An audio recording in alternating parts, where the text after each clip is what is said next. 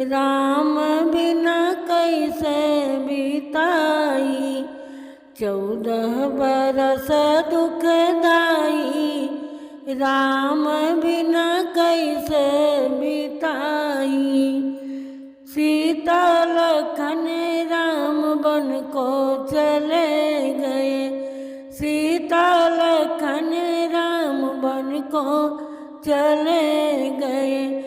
कही देख जियरा बुझाई।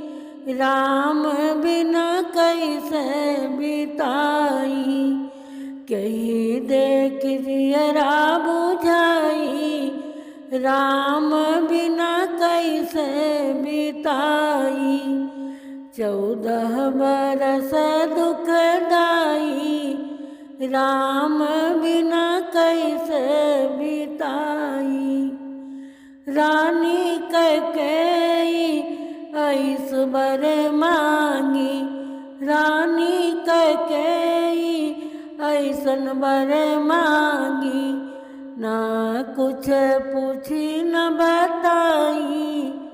राम बिना कैसे बिताई।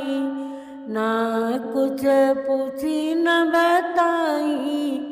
राम बिना कैसे बिताई। 14 बरस दुखदाई। राम बिना कैसे बिताई। जो कुछ लिखा विधि हमरे करम में।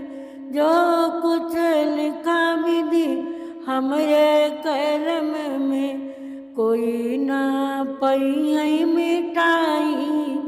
राम बिनु कैसे बिताई। कोई नहीं पई मिटाई। राम बिना कैसे बिताई। 14 बरस दुखदाई। राम बिना कैसे बिताई। 14 बरस दुखदाई।